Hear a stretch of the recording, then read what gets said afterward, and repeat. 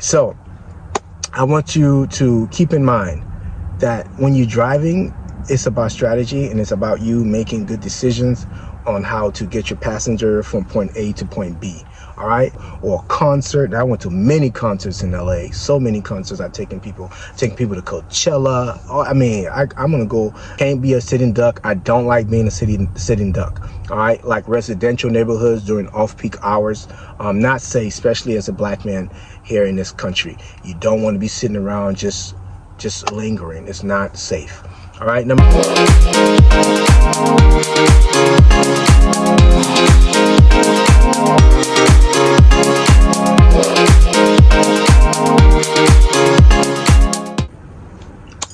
Okay, everyone. Hello. Welcome back. Yes, this is POM-J every day. Yeah. So let's go ahead. We're going to wrap it up. We're almost done with the series.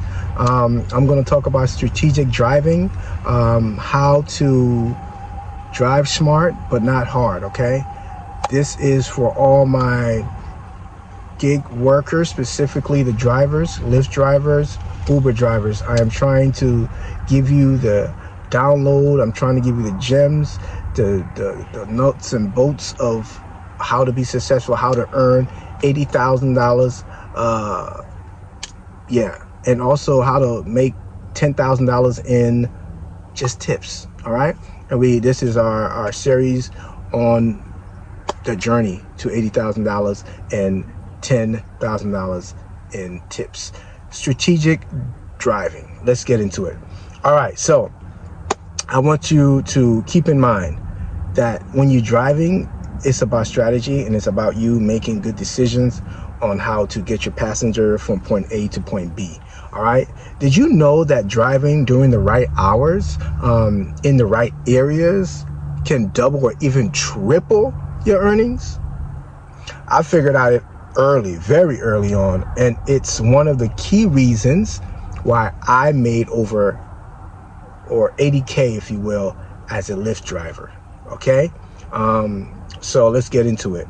Here's how I plan my driving schedule and locations to maximize my income every week. Number one, understanding the city patterns is very important. Every city has a hot spot for rides, whether it's the airport, whether it's downtown or popular event venues. I spent time learning where demands were the highest, right?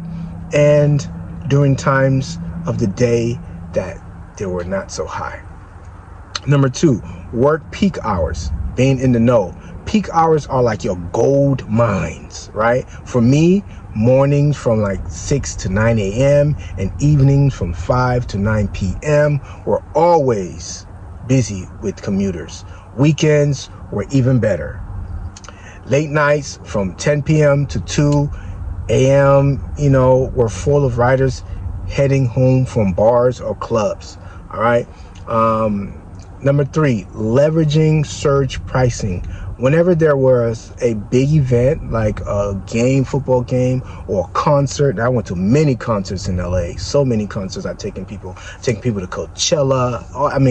I'm gonna go down the list in another video all the places I've taken people and the money I made just from those trips. All right. Sporting events, concerts, like I said, festivals. I position myself nearby to take advantage of those surge price. Right. Those higher fares can quickly add up. Trust me. And it also tips are involved in those add ups. Number four, avoiding dead zones. Very important. All right. Some areas are great for drop-offs, but bad for pickups. Right.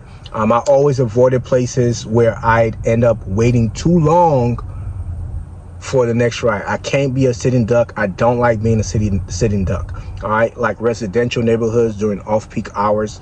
Not safe, especially as a black man here in this country. You don't want to be sitting around just lingering. It's not safe.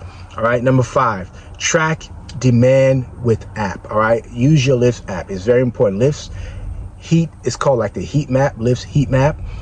It's like your best friend. It shows you where all their different riders are, where they're coming from and everything. Okay.